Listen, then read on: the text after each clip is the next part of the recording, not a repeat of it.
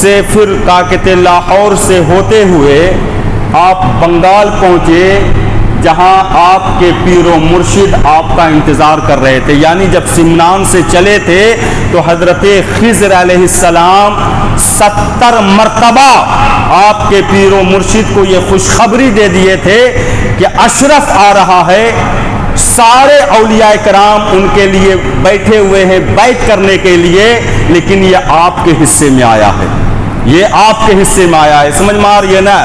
اور مخدوم پاک جب بنگال پہنچے، ایک بات میں آپ کو بتا دوں کہ حضرت غریب نواز اور مخدوم سمنا کی چھوچوی علیہ رحمہ کے درمیان صرف 5 واسطہ ہے۔ کتنا واسطہ ہے؟ 5 واسطہ ہے۔ حضرت غریب نواز کے خلیفہ کون ہیں؟ حضرت خواجہ قطب الدین بختیار کاکی علیہ رحمہ۔ حضرت خواجہ بختیار کاکی کے خلیفہ کون ہیں؟ حضرت بابا فرید گنج شکر علیہ رحمہ۔ ان کے جو خلیفہ ہیں وہ حضرت نظام الدین اولیاء رضی اللہ تعالیٰ عنہ۔ ان کے خلیفہ حضرت اخی سراج آئین ہند۔ ان کے خلیفہ حضرت علاء الحق پنڈوی علیہ رحمہ، اور ان کے جو ہیں تارک السلطنت سید مخدوم اشرف کی چھوچوی علیہ رحمہ۔ معزز سامعین کرام، دیکھیے کرامت اور فضیلت میں جو میں اولیاء کرام کی بیان کرتا ہوں اس میں غلو نہیں کرتا ہوں، سمجھ میں آ رہی ہے نا۔ غلو وہ کرے جس کے پیر و مرشد اور اس کے میں کرامت اور کیا کہتے یہ نہ ہو۔ یہاں تو دفتریں بھری ہوئی ہے، یہاں دفتریں بھرے ہوئی ہیں۔ میں بتا دوں حضرت محدث حق حضرت عبدالحق محدث دہلوی علیہ رحمہ وہ لکھتے ہیں کہ حضرت غریب نواز نے فرمایا تھا کہ میرے سلسلے میں ایک بزرگ ہوں گے جو اپنے وقت کے غوث ہوں گے۔ کون فرما رہے ہیں؟ غریب نواز۔ اپنے وقت کے وہ کون ہوں گے؟ غوث ہوں گے، اور اس کا نام محمد اشرف ہوگا۔ غریب نواز پہلے سے بشارت دے رہے ہیں وہ مخدوم پاک کی ذات ہے، سمجھ میں آ رہی ہے نا۔ اور تحقیق کے لیے اتنا ہی کافی ہے کہ اس کو عبدالحق محدث دہلوی نے اپنی کتاب میں لکھا ہے، حضرت عبدالحق محدث دہلوی۔ اور دوسری بات یہ کہ حضرت غوث اعظم رضی اللہ تعالیٰ عنہ کو کون نہیں جانتا ہے، سمجھ میں آ رہی ہے نا۔ ہر سنی کی دل کی دھڑکن ہے غوث اعظم، ہر سنی کے دل کی کیا ہے؟ دھڑکن ہے، سمجھ میں آ رہی ہے نا۔ تو غوث اعظم رضی اللہ تعالیٰ عنہ کے پاس ایک شخص آتا ہے، اور آنے کے بعد حضور غوث اعظم کی بارگاہ میں عرض کرتا ہے کہ حضور ہمیں ایک بیٹا عطا کر دیجئے۔ کیا کر دیجئے؟ بیٹا عطا کر دیجئے۔ یہ کیا کہتے ہیں آج کل کی بات نہیں ہے، سمجھ میں آ رہی ہے نا، کہ فوراً آپ پر شرک کا فتویٰ لگے گا۔ وہ غوث اعظم کا دور تھا۔ وہ کن کا دور تھا؟ وہ جانتے تھے کہ اللہ والے عطا کرتے ہیں، سمجھ میں آ رہی ہے نا، وہ جانتے تھے کہ اللہ والے عطا کرتے ہیں۔ تو انہوں نے کہا غوث اعظم سے کہ مجھے ایک بیٹا عطا کر دیجئے۔ غوث اعظم نے لوح محفوظ کو پڑھا۔ کیا پڑھا؟ لوح محفوظ کو پڑھا۔ حضرت عبدالحق محدث دہلوی فرماتے ہیں کہ اللہ والے لوح محفوظ کو ایسے پڑھتے ہیں جیسے تمہارے سامنے میں کتاب رکھی ہوئی ہے۔ غوث اعظم نے نگاہ اٹھائی، لوح محفوظ کو پڑھا، اور پڑھنے کے بعد آپ نے اس شخص سے کہا کہ تمہاری قسمت میں کوئی اولاد نہیں ہے، تمہاری قسمت میں کوئی اولاد نہیں ہے۔ وہ بھی ویسے ہی تھا۔ کہا حضور اگر قسمت میں ہوتی تو آپ کے پاس کیا کو آتا؟